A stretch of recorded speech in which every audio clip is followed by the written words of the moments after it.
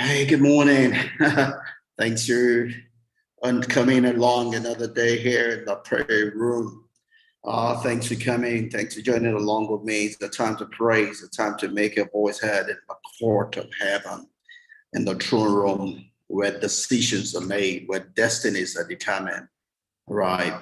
Thanks for coming along and thanks for praying along. And I hope you're getting something just like I am.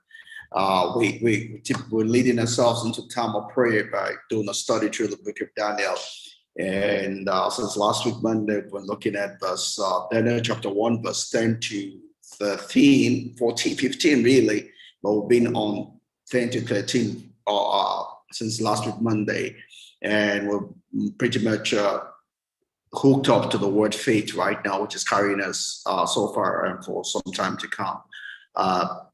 We ran through 7 keynotes that we got from last week.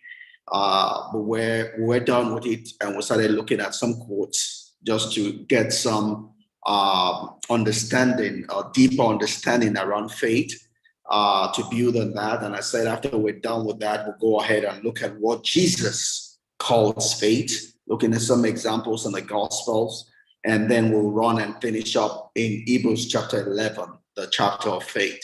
All in a bid to help us understand the essential ingredient that helps in our journey of life. God gives grace, that's guaranteed. It's always a constant. The question is whether we have the faith to grasp what grace is always willing to give. That is what differentiates between men and boys, women and girls.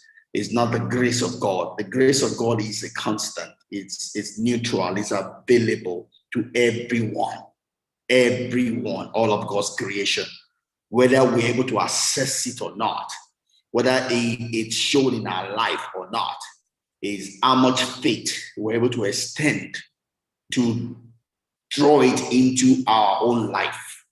Whatever a man is or not has nothing to do with God, because God's grace is always available. It has to do with whether we are able to reach out and draw from the grace of God. And that is a function of the bucket we have. And that bucket is called faith. So what we're trying to do is help ourselves to establish our bucket, help ourselves to make that bucket big enough to be able to draw the grace that we want, that is sufficient for our everyday living. And so that we can have all that God has provided that for us to have, and will not be deprived on this side of eternity. Well, so we spent a time looking at the first quote by Dr. David Harris yesterday. He says, we cannot have faith unless we have an active imagination, because our imagination is where our faith gets expression.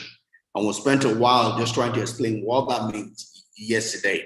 And I use this classic definition or saying or adage saying that, faith is a belief in that which we cannot see, but we cannot have faith in that which we cannot see unless we see that which we cannot see, because you cannot have a faith in something you cannot see, right? You see me using the word see several times, but all the sees I've said are not the same.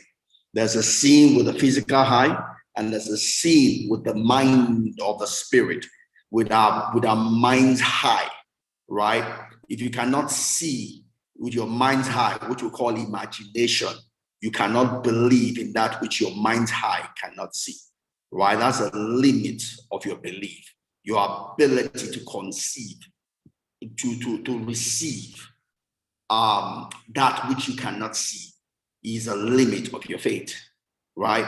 And I coined this for a keynote from that. I said, faith is the ability to see that which you believe and or hope for. Faith is the belief in something which is not visible, but can be seen. It is not sight, it is vision, right? Faith is about vision, not sight. So 2 Corinthians chapter 5, verse 7, the Bible tells us that, for we walk by faith, not by sight, right? We walk by faith, not by sight. Meaning that faith is a vision. Faith is an ability to see, which is higher than your physical ability to see, right? And we're expected to walk by that ability to see and not be limited by what our physical senses can do, right? Let's